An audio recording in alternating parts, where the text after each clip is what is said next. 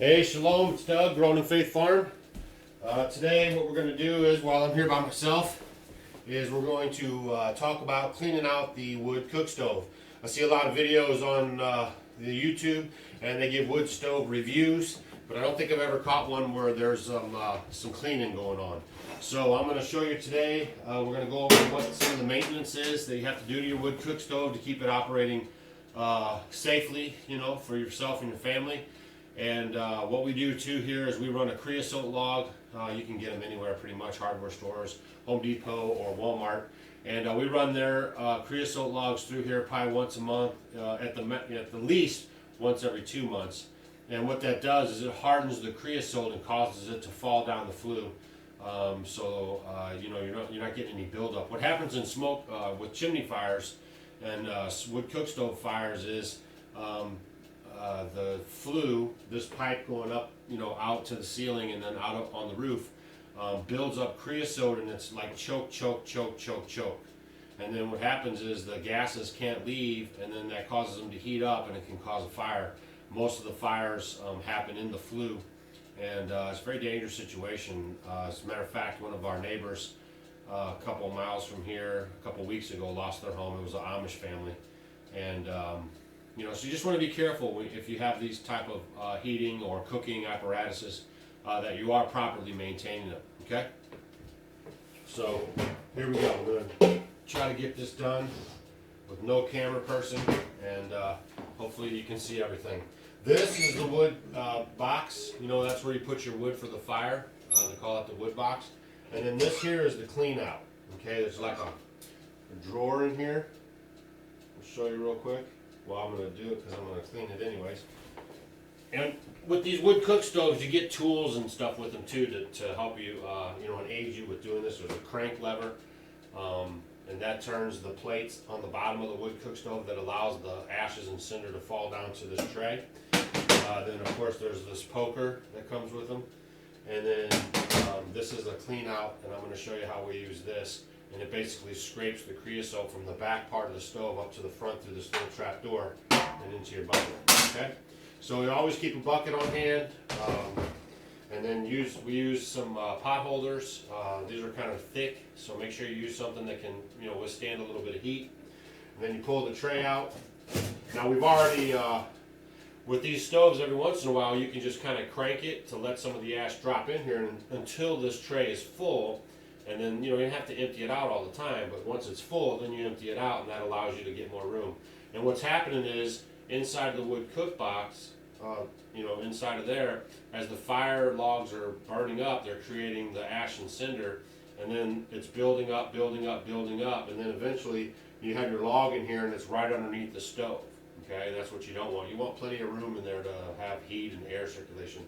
So when you shake it, that's what they call that, you shake it, the ashes fall into this tray, and then the logs drop down because there's less room between the ashes and the floor and the wood and the ceiling. Okay, if that makes sense. So we take this out, and then we pretty much put it right here in this bucket. I usually tilt this bucket a little bit so it doesn't splash down too much ashiness, because it does put off some dust. And then what I do is make sure to keep not at this moment, but I make sure that I keep this bucket on my floor plate, because the bucket will get hot. Okay? And then just put this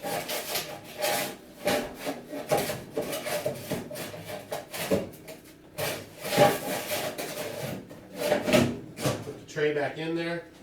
You get your crank handle, put it on the little nubs, and then you turn it.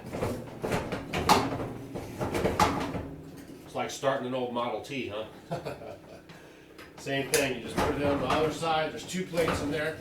And then you turn it, and then you're going to have another tray full of ashes. And be careful, like I said, these coals are hot. And they are going to put off some heat, so you want to make sure safety. I didn't have my tray all the way around. So you want your tray nice and flat. your paddles, you can see them in there if they're not going back horizontal, not vertical. Okay, so as you can see, this comes back out, screaming hot. You just take your little tray out of there, and then you put it inside your bucket.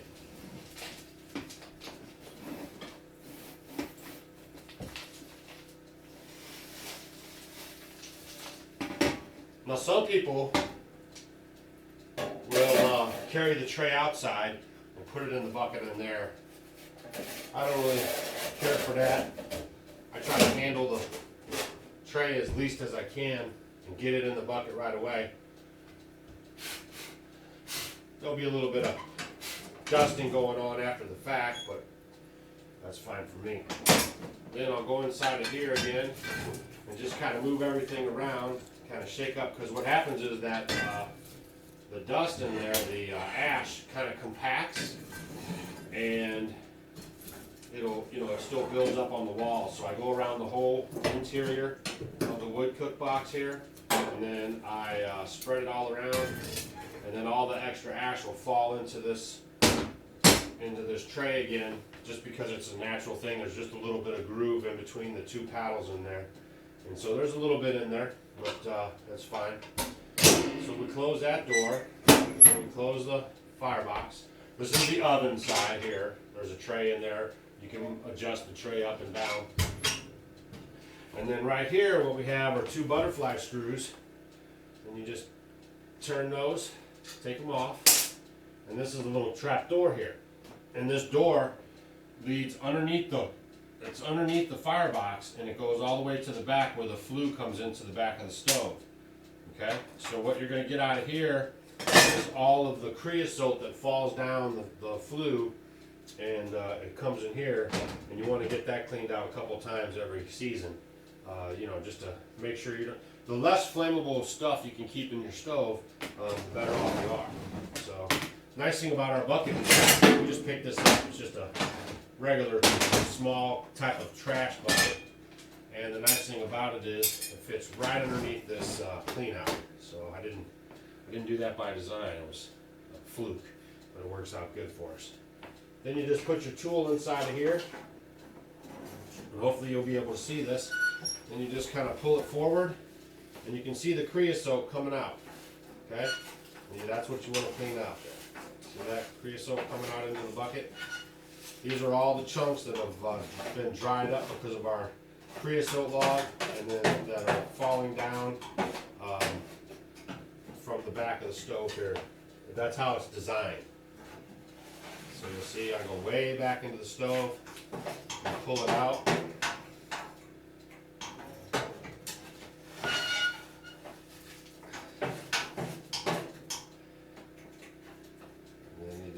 Keep doing that until it's pretty much clean.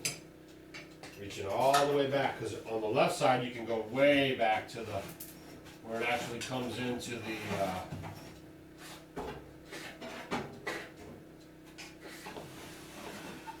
the stove. A lot of stuff coming out of there.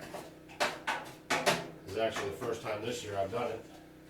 I can feel a lot of buildup in there. So it's just, see it coming out. It's all dry and pretty crumbly because of our creosote logs we use, and that's what knocks that out of there, causes it to fall. So you just keep reaching that tool in there and pulling that stuff on forward. See, you want to do this a couple times. We still got a good probably three months of using our stove. We'll probably use it March. We got February, March, and April. We usually use it into late April, May, and even maybe into June a little bit if it's not too hot outside. We don't like to cook in the heat with the wood cook stove inside because these logs, they retain a lot of that heat. So you don't want to cook with the wood cook stove in the summertime. We cook outside on a barbecue pit I made and a rocket stove. If you haven't seen one of those before and you live off grid or something, you might want to look into checking those out. They're very efficient.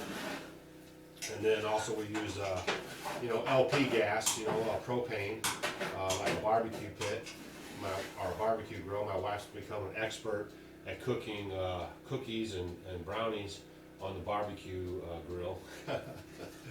It was a learning curve, Your buddy Doug had to suffer a little bit with bad desserts, but she finally got it figured out. And she's awesome like that, man.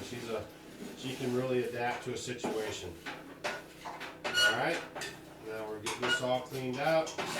And this is safety. You want to do this for safety. You don't want to cause any fires in your wood cook stove or destroy your home or, cause people to have any danger. So you want to stay up on you gotta stay up on your maintenance on all your items. Even if you don't live off the grid, you should always keep up on maintenance, general maintenance on the stuff that you own. Because that'll help it last longer. So like I say, you just keep shoving this tool in here and getting that cleaned out of there. All the way back as far as you can. You can even hear it too. It was a different sound because it had a lot of stuff in it when we started. And now that I'm getting pretty much all of it out of there, this actual sound, you can hear it's more hollow when I go back in there.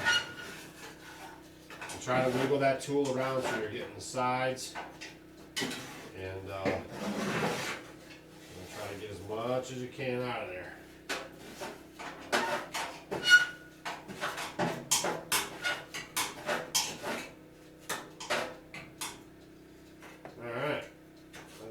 Try two more times, and then we'll be pretty much set on getting this cleaned up.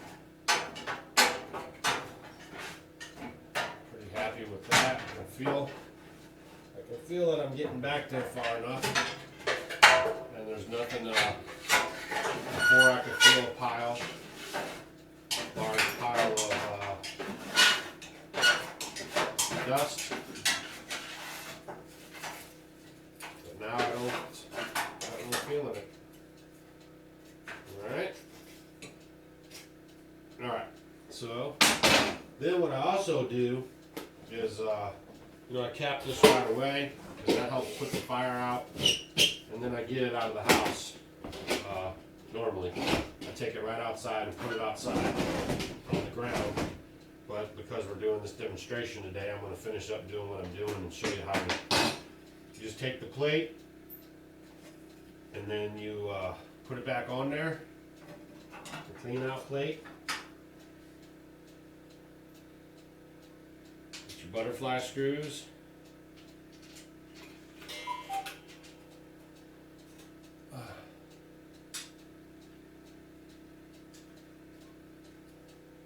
And there you go. That's pretty much it. We don't have, some people have like a flue clean out in the back. You can add like a, it just comes out and it's like a T, and the top part goes up through the flue, and then the bottom is like a clean out. But we don't have that because the way our stove is designed, and because we have no elbows, okay, in our stove. I put the stove in purposely to run it straight out of the stove and straight up through. The least amount of elbows or bends you can have in your pipe going out of the house, the better off you are. So if you see one of those, normally it'll be coming out of the back of the stove, and then there'll be an elbow, and then it'll go up, and then there'll be a clean out on that elbow. And we don't have that because when I go up on the roof and take the pipe off, the flue or the chimney, take it apart, then I bang a chain around in there, and then everything falls down into this trap door area, so we can just scoop it out like I just did. Okay, so this is just a pretty simple stove, pretty simple video on how to clean it out. Pretty much that's it. I got plenty of room in here now to build fire and put logs on. My tray is empty and ready to take on more ash and help keep my flow going good. And on the side here are like knobs, and what they do is they allow airflow into the wood box, and the more they're open, the hotter the flame. So if you're cooking something, you can adjust the temperature in the oven or on the top surface of cooking. It's just not like throw logs in there and blaze away and get your cooking done and hopefully you don't burn nothing. there's two of these knobs, and you can choke down a front one or a back one, or you can choke them down together and control the heat that the wood is putting out. Okay, so that's about it for this video. I just wanted to stop in real quick, show you how we cleaned out the stove. Hope it was helpful to you. I got my phone over here propped up on some bananas, so I'm going to get up and I'm going to shut her off, and just stay tuned for more videos. And if you want to see anything about living off grid or have any questions, just leave them below and we'll get back to you. And I did want to say, while I got this video going, we had our first YouTube visitor, an awesome thing. We actually had a family. It's called Tiny Home Adventures. It's called Our Tiny Home Adventures. And they're a family that caught us on YouTube and kind of liked what we were doing, and then got a hold of us, and we responded back and forth. And they actually brought their family out to visit the farm. And so we had a nice gathering, and we showed them around the farm, gave them some ideas. And if you haven't checked out their channel, maybe do that. It's called Our Tiny Home Adventures. A real nice couple. They have 5 kids, and they're just trying to live a more sustainable life, like many people are. And it was really cool. It was, sometimes you don't know how things are going to go or whatever, but I'll say that when you meet like-minded people, it's always good to get with them and share ideas. So a shout out to Tiny Home Adventures, and we're glad that you guys came out and hope to see you back. And we also hope to maybe come up to your place, since we all found out that we're not that far away from each other. So just a shout out to them for stopping by, and encouraging other YouTubers out there to not just be YouTubers, but if at all possible, try to make that connection physically, and spend some time with each other and get some ideas and all that stuff, but also be careful, So this is Doug with Growing in Faith Farm, and we're signing out. It's time for lunch.